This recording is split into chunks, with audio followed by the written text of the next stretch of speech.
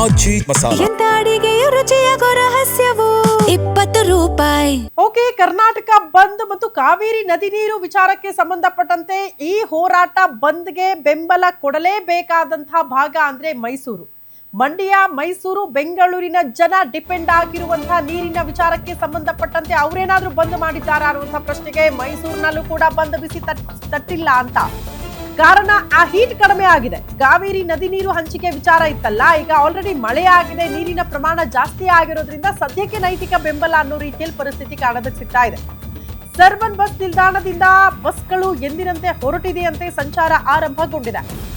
ಬೆಂಗಳೂರು, ಮಂಗಳೂರು ಸೇರಿ ನಾನಾ ಭಾಗಗಳಿಗೆ ಮೈಸೂರು ಭಾಗದಿಂದ ಬಸ್ ಸಂಚಾರ ಸದ್ಯಕ್ಕೆ ಆರಂಭಗೊಂಡಿರೋದ್ರಿಂದ ಮೈಸೂರಿನಲ್ಲೂ ಕೂಡ ಸದ್ಯಕ್ಕೆ ಯಾವುದೇ ರೀತಿಯ ಬಂದ್ ಬಿಸಿ ತಾಕಿಲ್ಲ ಅಂತ. ಆದ್ರೂ ಕೂಡ ಮುನ್ನೆಚ್ಚರಿಕಾ ಕ್ರಮವಾಗಿ ಮೈಸೂರು ಭಾಗದಲ್ಲಿ, ಅದು ಕೂಡ ಸೂಕ್ಷ್ಮ ಪ್ರದೇಶಗಳು ಅನ್ನೋ ಭಾಗದಲ್ಲಿ ಪೊಲೀಸರು ಅತಿ ಹೆಚ್ಚಿನ ಭದ್ರತೆಯನ್ನ ಒದಗಿಸಿದ್ದಾರೆ, ಯಾವುದೇ ರೀತಿಯ ಸಮಸ್ಯೆ ಆಗಬಾರದು ಸಾರ್ವಜನಿಕರಿಗೆ ಅಂತ.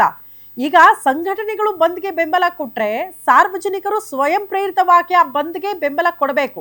ವ್ಯಾಪಾರಸ್ಥರು ಕೂಡ ಮತ್ತು ಎಲ್ಲ ಇಲಾಖೆಯ ಸಿಬ್ಬಂದಿ ಕೂಡ. ನೀವು ಒತ್ತಾಯ ಪೂರ್ವಕವಾಗಿ ಕೆಲ ಕಡೆ ಬಂದ್ ಮಾಡಿಸೋ ಪ್ರಯತ್ನಗಳಾಗುತ್ತೆ, ಕಲ್ಲು ತೂರಾಟಗಳಾಗ್ಬಿಡುತ್ತೆ. ಆ ಪ್ರತಿಭಟನೆಯ ತೀವ್ರ ಸ್ವರೂಪ ಪಡೆದುಕೊಂಡಾಗ ಸಮಸ್ಯೆಗಳಾಗುತ್ತೆ ಸಾರ್ವಜನಿಕರಿಗೆ. ಹಂಗಾಗಿ ಆ ರೀತಿ ಸಮಸ್ಯೆ ಆಗಬಾರದು ಅನ್ನೋ ಕಾರಣಕ್ಕೇನೆ ಮೈಸೂರಿನಲ್ಲಿ ಪೊಲೀಸರು ಅಲರ್ಟ್ ಹಾಕಿದ್ದಾರೆ, ಅತಿ ಹೆಚ್ಚಿನ ಭದ್ರತೆಯನ್ನು ಒದಗಿಸಿದ್ದಾರೆ. ಹಂಗಾಗಿ ಮೈಸೂರಿನಲ್ಲಿ ಬಂದ್ ಬಿಸಿ ಇಲ್ಲ, ಆರಾಮಾಗಿ ಜನರ ಸಂಚಾರ, ಬಸ್ಗಳ ಸಂಚಾರ, ಅಂಗಡಿ ಮುಂಗಟ್ಟುಗಳು ಓಪನ್ ಆಗಿರೋದ್ರಿಂದ ಎಂದಿನಂತೆ ಮೈಸೂರಿನಲ್ಲೂ ಕೂಡ ಸಹಜ ಸ್ಥಿತಿಯಲ್ಲೇ ನೋಡೋದಕ್ಕೆ ಸಿಗ್ತಾ ಇದೆ.